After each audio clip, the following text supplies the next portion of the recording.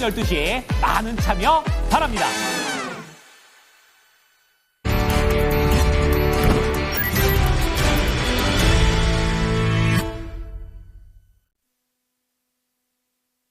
오늘 장은 또 어디로 흘러갈까요? 두 분과 함께 미리 준비해 보겠습니다. 체크리스타 토마토 투자클럽 김민주 전문가, 알파경제 김종희 이사 모셨습니다. 안녕하세요. 안녕하십니까. 예, 오늘의 이슈부터 보겠습니다. 오늘 다뤄볼 이슈 유럽으로 갑니다. 유럽의 금리 폭등, 부양책, 독일까 약일까라는 주제로 준비를 해봤는데요. 미국 증시가 연말 연초 다소 주춤하는 가운데 시장의 이 글로벌 시장의 관심이 유럽 증시에 상당히 좀 많이 가 있습니다. 사상 최고치 헤드라인을 다는 경우들도 상당히 자주 등장을 하고 있고요. 간밤에 독일 증시 3% 그리고 프랑스 증시 1%가량의 오름세 나타냈고 여기에다가 또 독일의 국채가 분투체라고 하는데 이것이 폭등하는 모습을 보여주기도 했습니다. 유럽 증시에서 어떤 힌트를 우리가 찾아볼 수 있을 것인가. 또 유로화가 강세 흐름을 나타내면서 달러 인덱스가 간밤에 이 104 레벨대까지 떨어졌거든요. 이 부분을 또 어떻게 봐야 될 것인가 이야기를 좀 나눠보도록 하죠. 먼저 이사님, 독일 이 국채를 저희가 볼 일이 자주 있지는 않은데 간밤에는 이례적인 급등이라고 하더라고요. 얼마나 올랐는지 그 이유도 좀 알려주시죠. 네, 거의 뭐 20% 가까이 올라서 독일 10년물 국채가 지금 뭐 2.7%대 내외로 올라왔거든요. 좀 전에 이제 그림을 보셨지만 채권이라는 게 하루의 움직임 폭이 저렇게 나타나는 경우는 거의 없다라고 봐야 됩니다. 그래서 저 상승폭의 이유는 뭐 다 아시는 것처럼 대규모 부양책으로 인한 것이고요. 결국 이것은 그 지금 중국도 그렇고 뭐 미국도 말이야 뭐 계속 뭐 자유 외치고 뭐 기업 외치지만 트럼프 대통령이 전면에 나서서 뭐 관세를 포함한 모든 정책들을 지금 조물조물하고 있지 않습니까? 그래서 전 세계가 모두 지금 큰 정부로 가고 있는 게 아니냐. 중국도 GDP의 4%까지 부채를 늘리겠다라고 했고 독일도 결국 부양책 쓰기 위해선 뭐 국채 발행 외에는 답이 없죠. 뭐 그러다 보니까 당연히 이제 국채 수익률은 폭등하는 국채 가격의 폭락이 나타났다라고 봐야 되는데 ECB는 금리를 낮추고 있는 상황에서 독일 금리만 저렇게 올라가는 것이 과연 적절한 전략인지에 대해서는 조금 고민이 많이 필요한 부분이죠. 그다음에 지금 독일 쪽의 이 새 정부, 이번에 총선을 통해서 탄생한 정부가 결국 기민당, 기사당 연합으로 다시 돌아간 상황인데 이 정부의 전반적인 성향이 과연 기존의 3인당의 움직임과 같을 것이냐.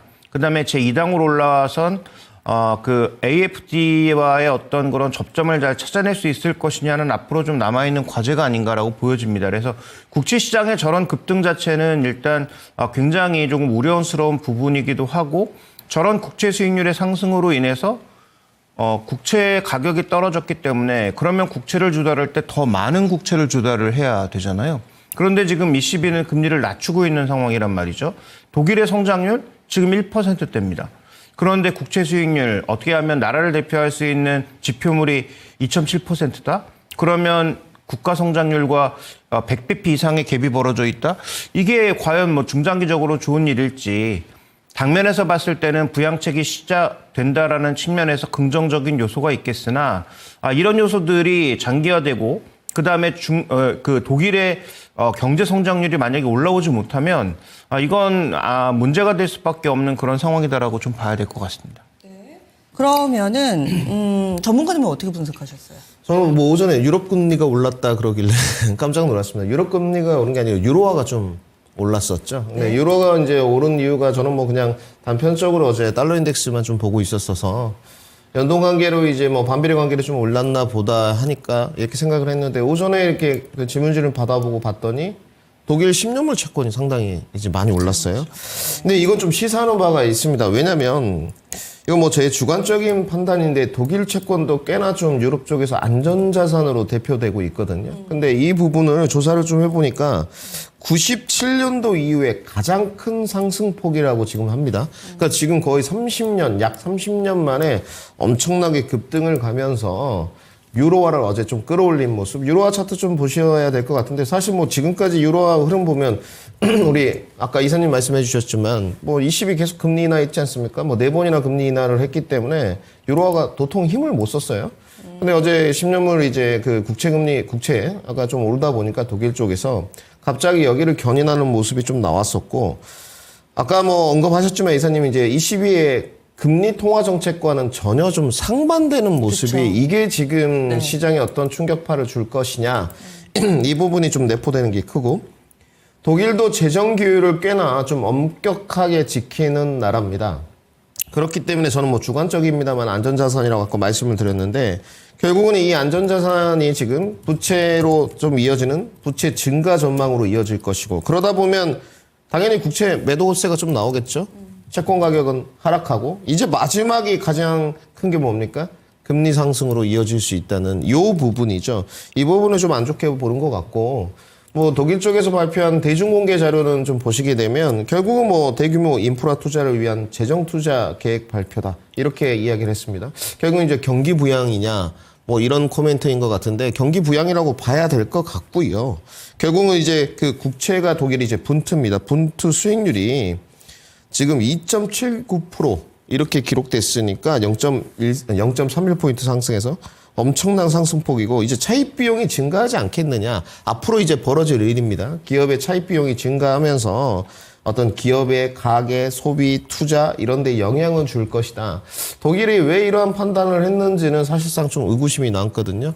왜냐하면 저희가 이제 또 뒤에 다루겠지만 오늘 20이 이제 통화정책이 네, 있지 않습니까? 맞아요. 그러니까 이렇게 되면 22에서 통화정책 회의를 할 때 굉장히 곤란하지 않겠습니까? 먼저 탁 이렇게 해버렸기 때문에 결국은 저는 이렇게 좀 판단하고 있습니다. 독일도 경기가 지금 녹록치는 않구나. 그러면 이렇게 국채의 대규모 부양책을 좀 발표했는데 앞으로 이렇게 금리가 좀 상승으로 갈 때 결국은 금리 상승으로 이어질 겁니다. 어떤 유동성 공급 부양책을 택할 것이냐 방법론은 여러 가지가 있기 때문에 이것도 조금 궁금해지는 부분이다. 정리를 좀 해야 될 것 같습니다. 네, 그래서 독일의 국채 금리 급등과 관련해서 현상을 좀 점검을 해봤다면은 좀 전에 또 이사님이 얘기해 주신 것은 22의 금리 인하 정책 기조와 조금은 다른 쪽으로 가고 있는 이 상황에 대해서도 점검을 해주셨는데 오늘 22 기준금리 결정이 있습니다. 앞서서 4번이나 인하 결정을 내려왔고 여기에 또 그 사이에 변수가 생겼다면 트럼프 미국 대통령이 취임을 했죠. 과연 눈치를 안 보고 계속해서 내릴 수 있을 것인가? 앞으로 또 22 쪽에서는 어떤 기조를 나타낼 것인가? 김 이사님은 어떤 의견 가지고 계세요? 네, 일단 계속 내리기는 좀 부담스럽긴 하죠. 그럴 것 유로전 같아요. 경기가 뭐 안 좋다라고는 하지만 또 성장률이 정체되고 있다라고는 하지만 계속 금리를 낮춰서 가는 그 정도의 여력이 22에 과연 있는가? 또 그 정도로 지금 급속도로 유럽 경기가 마구 싣고 있는가를 따져보게 되면 저는 그 4번의 연속의 선택은 쉽지 않다라고 좀 판단을 하고 있습니다. 근데 말씀드렸던 대로 지금 이렇게 뭐 독일이 시작을 했는데 독일로 그럼 끝날 것인가? 뭐 프랑스라든지 그 옆에 국가들은 독일이 저런 부양책을 쓰는 것을 보고 가만히 있을 것인지. 그다음에 이제 아까 김민희 전문가 얘기하신 것처럼 유로존의 전반적인 GDP와 관련된 규약은 GDP의 3%를 넘지 않도록 되어 있거든요. 채권의 비율이. 그런데 만약에 독일이 그걸 어기기 시작한다면 그러면 과거 픽스로 불렸던 이런 국가들은 참고 가만히 있을까라는 거죠. 유로존에 지금 경제가 정체된 것은 어느 한 국가의 일이 아닙니다. 전체적으로 성장이 정체된 건 마찬가지고 독일이 지금 국방과 인프라에 예산을 쓰겠다라고 했는데 국방 인프라 쪽이 떨어져 있는 건 거의 대부분의 국가들이 마찬가지고요. 러우 전쟁이 끝나고 나서 우크라이나를 방위 협력을 얻지 못하면 결국은 우크라이나라고 하는 버퍼 자체가 존재하고 있지만 우크라이나는 언제든지 다시 러시아가 들어올 수 있는 지역이 되는 것이고 그러면 그 우크라이나 옆에 있는 폴란드를 포함한 나머지 동유럽 국가들은 바로 또 러시아와 직면하게 되는 상황이고요. 그 옆에 발트 국가들은 발트 3국은 또 떨어져 있다라는 관점에서 보면 더더욱 그럴 거거든요. 그러면 이들 국가도 당연히 인프라나 이런 것들을 늘릴 수밖에 없는데 뭐 22에는 계속 금리를 내리고 있지만 만약에 전체적으로 모든 국가의 그 국채 금리가 들썩이기 시작한다면 금리의 방향성이 계속 다르게 흘러갈 수 있을까? 그러면 이것은 그렇지 않아도 조금 최근에 의심받고 있는 유로존의 결속력을 계속 가져갈 수 있는 이슈인가에 대해서 좀 고민이 필요한 부분이기도 하죠.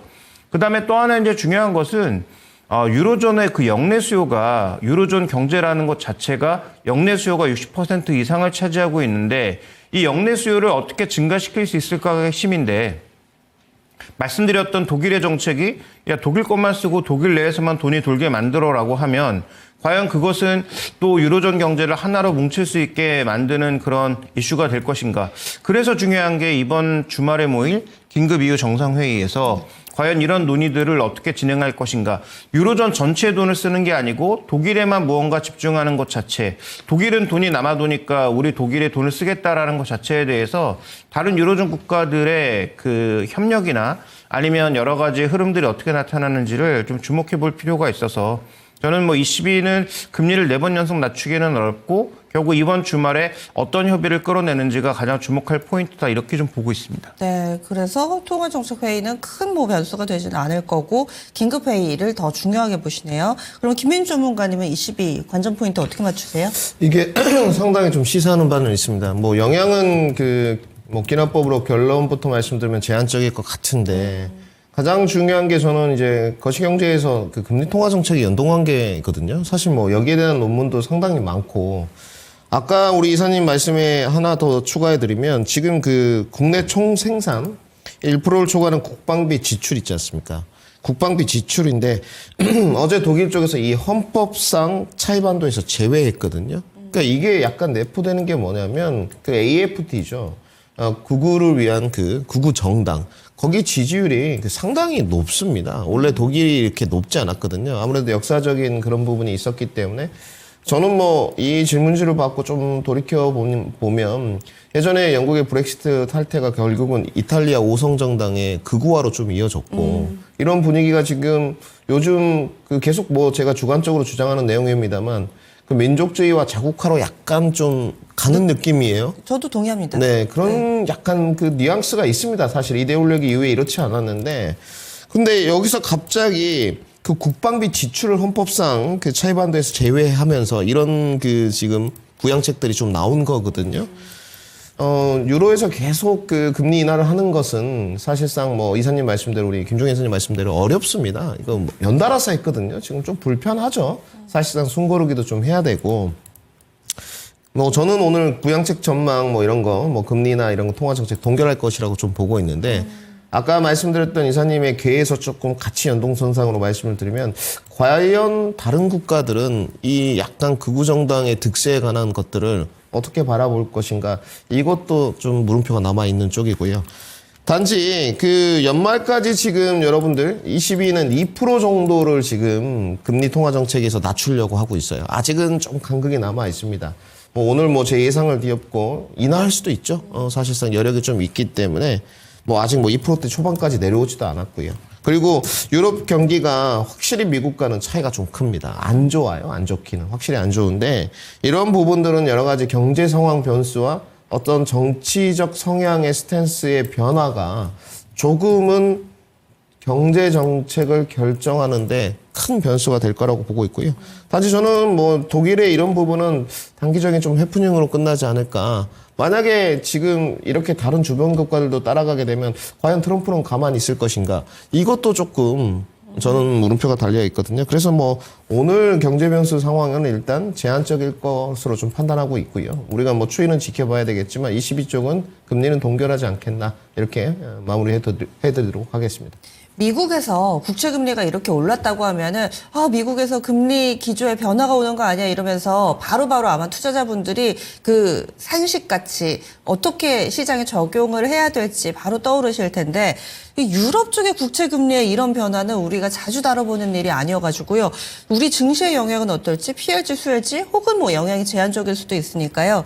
이사님, 우리 증시 어떻게 좀 받아들일까요? 뭐 연결고리가 좀 있을까요? 네, 저는 뭐 별 영향이 없다라고 보고 있는데 독일이 쓰고 있는 이 인프라 정책에 있어서 어떻게 보면 우리 입장에서 방산주는 불편할 수도 있죠.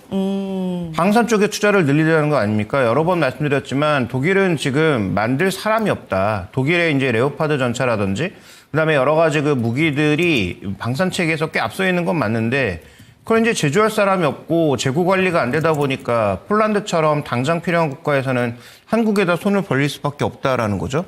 근데 이제 유로존을 지킬 수 있는 무기들을 새롭게 마련해야 되는데 말씀드렸던 것처럼 유로존의 교역 조건에는 영내 60%라고 하는 그런 뭐 조항 자체가 있다 보니까 그러면 추가적으로 이제 방산을 늘릴 때 과연 K 방산을 다 가져갈 것인가? 물론 급한 국가는 가져갈 수 있죠. 그런데 독일에서 과연 그것을 눈뜨고 자신들의 전차가 있고 교육좀 하면 다시 만들어낼 수 있는데 그걸 지켜볼까? 그렇지 않을 거라고 판단하고요. 그래서 여러 번 언급드렸지만 유로존에서 추가적으로 늘어나는 물량, 한국이 일부 가져올 수 있지만 이렇게 독일이 적극적으로 나서서 투자를 늘리고 다시 재교육시키고 그래서 그 생산하시던 옛날 마이스터, 그 할아버지 마이스터들 끌어다가 다시 교육시키고 새롭게 생산 계획을 늘려나가기 시작하면 이런 부분들은 한국 방산에게는 우리가 다 가져올 줄 알았던 일부분을 유럽 쪽에서는 가져올 수 없는 그런 분위기라는 점을 반드시 염두에 두실 필요가 있겠고요.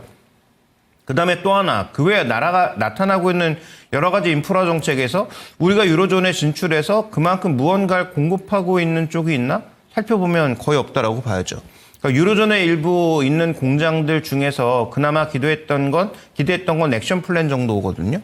근데 액션 플랜도 별로 새로 나온 게 없어요. 그냥 2035년까지 원래 계획대로 간다. 2030년 중간 목표도 뭐 달성한다 정도였기 때문에 우리 입장에서 나쁜 건 아니지만 또 그렇다고 그렇게 또 좋은 것도 아닙니다. 그래서 이런 요인들을 살펴봤을 때 저는 일단 그 유로존의 여러 부양책, 특히 독일의 부양책이 한국 기업들에 미치는 영향은 생각보다 굉장히 제한적이라고 판단하고 있고 유로존 내에 있는 공장에서 유럽 쪽으로 직접 물건을 공급하는 쪽을 뭐 굳이 살펴보자면 일부 가전업체들, 그 다음에 뭐 타이어, 그 다음에 뭐 고려한 정도가 유로화 거래가 조금 많고 뭐 이 정도를 볼 수 있는데 그런 업체들이 과연 뭐 큰 수혜를 받을까라고 보면 뭐 그렇지 않을 거라고 판단하고 있기 때문에 제한적인 영향 정도를 생각하고 있습니다. 전문가님 어떠세요? 네, 저는 뭐 이사님 말씀 좀 경청을 하면서 약간 공감되는 게 일단 첫 번째는 저도 뭐 국내에 직접적인 영향력은 없다. 뭐 이런 거 이렇게 말씀을 드려야 될 것 같고요. 큰 것은. 단지 아까 저도 그 조사를 해온 게 이제 국방비 지출 부분이었지 않습니까?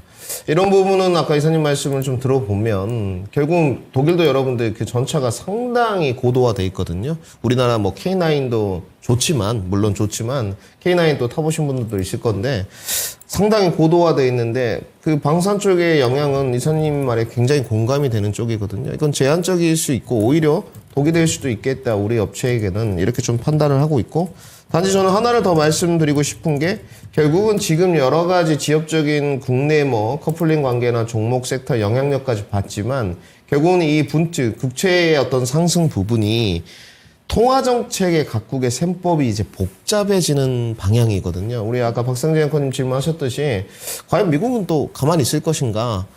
넉넉히 보고 있지는 않을 것 같거든요. 지금 달러 인덱스 차트 모습을 좀 비춰주시면 사실상 이 달러 인덱스의 하락폭도 3거래일 정도의 장대 음봉이 지금 두들겨 맞았거든요. 뭐 단기 반등이 제가 생각하는 109불까지 가진 않고 뭐 내려올 것이라는 거시관점은 저도 변화된 바가 없습니다. 뭐 금리 기조 변화는 없다. 계속 저는 이렇게 주장하는 쪽이기 때문에 단지 이거는 약간 조금 인위적인 냄새가 좀 나죠.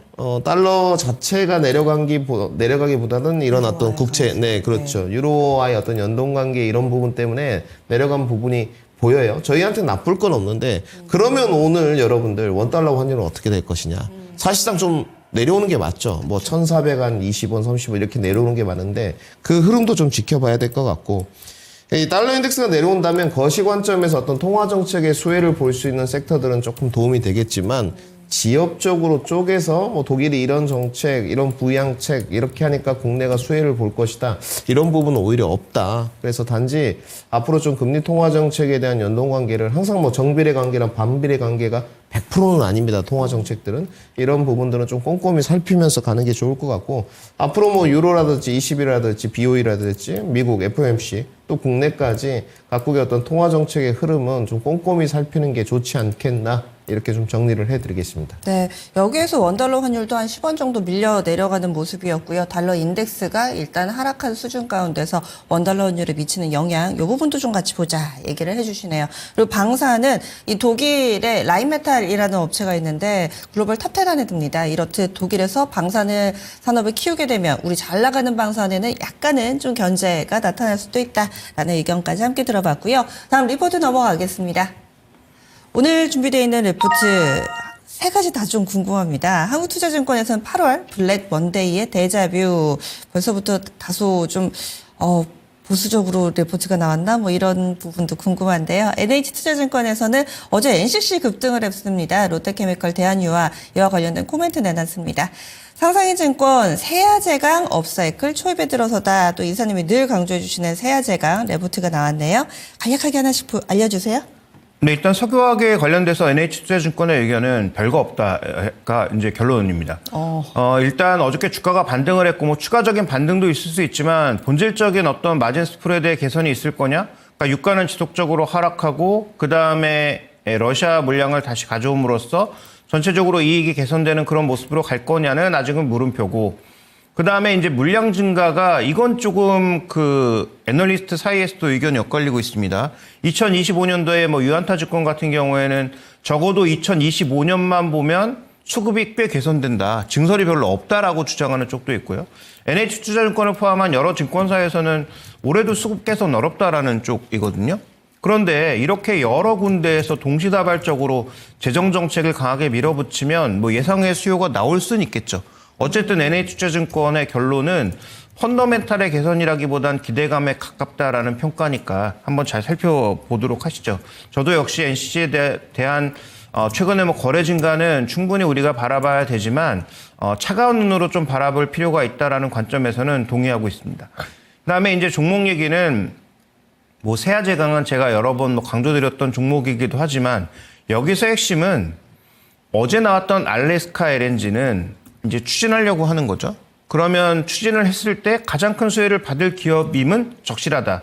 이건 제가 뭐 미국 그 유정강 관광과 관련돼서는 계속 강조드렸던 부분이고 어저께 그 마감 부분에 제가 방송을 할 때도 뭐 휴스틸 세아제강 정도가 굳이 이제 우리가 관련주로 따지자면 넣어볼 수 있는 종목이다. 왜냐면 뭐 미국에 직접 수출하고 있거나 미국에 뭐 공장이 있거나 이 정도에서 우리가 범위를 좁혀야 되지 않겠느냐라고 말씀을 드렸는데 이건 이제 어떤 계획이 나올지에 따라서 그 금액은 달라질 테니까 이건 일단 논외로 치더라도 미국의 지금 관광 수출 자체가 지속적으로 늘고 있고 그다음에 미국보다 우리가 여전히 싸게 거래되고 있다라는 것을 주목할 필요가 있는 것이고요. 그래서 관세를 부여하면 달라지나? 관세를 부여해도 이미 가격 차이가 한 15% 이상 나기 때문에 20% 이상의 관세를 때려 맞으면 그러면 그 부분은 이제 상세가 되는 거겠죠. 미국과 가격이 비슷해질 수는 있는데 그럼에도 불구하고 중요한 건 미국이 관광 투자를 계속 늘리면 수입량이 줄어들겠는가라는 거죠. 4분기의 이익은 뭐 일시적인 이익 때문에 늘어난 것이라고 하지만 국내 쪽에서는 거의 제로 베이스 이익이었다가 해외 쪽에서 이익을 내고 있었는데 해외 쪽에서는 뭐 비교적 견조한 이익이 날 것으로 보이고 국내도 최근에 여러 가지 배리어가 나타나고 있잖아요. 후판 뭐 협상해라, 후판 관세한다, 열원 관세한다 이런 얘기가 나오면서 결국 철강 시장도 탈중국에 대한 압력이 높아지고 있기 때문에 그런 관점에서 보면 국내에서도 뭐 일정 부분 수익성이 돌아설 수 있다라는 관점에서 뭐 세아제강은 최근에 목표가를 좀 높이는 보고서들이 나오고 있다. 지금 현재 주가가 많이 올랐는데요. 그래도 PB 관점에서는 0.5배 수준밖에 안 되고 PER 관점에서도 지금 현재 구간에서는 그렇게 높은 밸류는 아니니까 이게 지금 EPS가 3만 원이 넘거든요. 그래서 뭐 그런 관점에서는 아마 좀 바라볼 필요가 있지 않겠는가 이렇게 보고 있습니다. 네, 그래서 NCC 어제까지도 요즘 급등이 나오는데 다소 조금은 비판적인 시각으로 봐야 되지 않을까, 차가운 시각으로 볼 필요가 있다. 그리고 또 세아제강 긍정적인 시각 유지해 주셨는데 첫 번째 레포트 어떤 내용인가요? 네, 일단 그 블랙 먼데이의 데자뷰라고 하는 것 때문에 8월 달에 있었던 그 엔화 강세에 따른 지금 달러 약세가 나타나니까 이제 문제가 되는 거 아니겠습니까?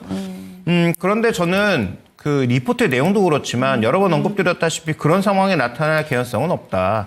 다시 이제 엔화가 급등한다고 하더라도 그때처럼 동일한 충격이 올 가능성은 낮다라는 거죠. 그때는 전혀 생각지도 않았던 그런 빅컷이 나오면서 전체적으로 시장이 너무 크게 움직였던 거고, 그다음에 단기적으로 청산되는 물량이 계속 매도에 매도를 부르면서 나타났던 일시적 현상이었기 때문에 리포트 내용도 그렇지만 저 역시 그런 현상이 나타나지 않는다라고 보고 있는데, 다만 여기서 이제 달러 인덱스는 어제부터 환율을 강조드리고 있는데요. 지금 이게 애틀란타 연은의 GDP 나오란 말이죠.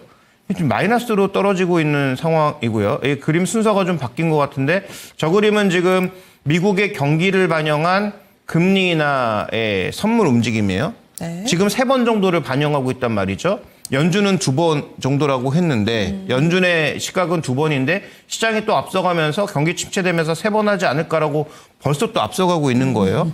그런데 지금 현재 GDP 나오를 보시면 마이너스로 돌았어요. 1분기 성장률이 마이너스로 갈 거다 이런 얘기가 나오고 있거든요. 그러면 이 두 가지를 결합했을 때 아까 이제 시장에서 봤던 저 기대감이 헛된 기대감은 아닐 수도 있는데 여러 가지 다른 지표들은 아직까지 견조하잖아요. 네. 그러면 1분기 지표만 보고 바로 연준이 시각을 바꿔서 금리를 계속 낮추는 그런 정책으로 갈 거냐? 저 그렇지 않을 거라고 보고 있고요. 그다음에 또 하나의 핵심 포인트는 제가 오늘 가장 강조드리고 싶은 점, 큰 정부 아까 말씀드렸잖아요. 독일도 나서서 뭐 몇백조 투자한다고 하고, 지금 중국도 대놓고 GDP의 4%까지 부채 올린다고 하고, 미국도 지금 뭐 트럼프 대통령이 진두지휘하면서 앞서서 나서고 있고, 우리도 지금 대놓고 첨단 산업들 뭐 100조 가량의 뭐 자원 자금 지원한다 이런 얘기가 지금 나오고 있는 상황이고, 반도체 특별법 이런 것들도 뭐 통과가 되고 있는 상황 아닙니까? 그러면 전체적으로 큰 정부가 나서고 있는데 지금 이 큰 정부에서 통화 정책이 영향이 물론 있겠지만 예전만큼 영향이 높을까? 그래서 자꾸 이제 FOMC가 뭐 금리 조절하고 뭔가 이런 통화 정책 쓰면 시장이 반등하지 않을까라는 생각을 하는데, 그거보다는 제가 보기에 정책에 더 민감하게 시장들이 움직이고 있고 종목들이 움직이고 있거든요. 그러니까 연준이 우리 생각을 완전히 바꿔서 뭐 금리를 계속 내린다, 시장에 막 유동성을 막 공급한다 이런 얘기가 나오면 이 판이 달라지는 거지만, 그게 아니고 뭐 금리 한 번 정도 더 꺾어준다, 그거 가지고 시장이 바뀔 것 같지 않습니다. 그래서 지금 우리가 주목해야 될 것은 정책의 방향과 정책의 수혜가 어디가 나타날 것인가가 좀 더 핵심 포인트가 아닐까, 이렇게 좀 보셔야 될 것 같고요.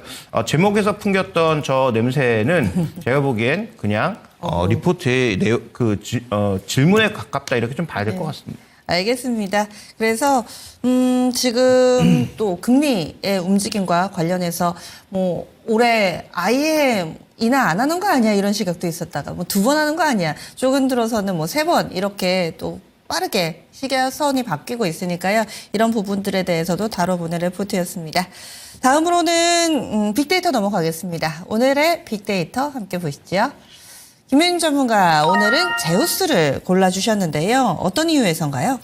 네, 오늘 뭐 어제 사실 이제 테슬라를 준비했기 때문에 그 수요일마다 이제 빅데이터 기다리신 분들 좀 많거든요. 근데 오늘 제우스를 좀 준비했고, 사실상 뭐 TSMC의 지금 이제 행보를 좀 보면서 국내도 저는 수혜를 좀 받지 않겠느냐 이렇게 보고 있습니다. 무슨 국내 수혜냐 이제 이렇게 생각하실 분들이 있는데, 그 TSMC가 지금 반도체의 동향계를 저는 보여줬다고 보여지거든요. 그러니까 그게 뭐냐면 미국에 갔습니다.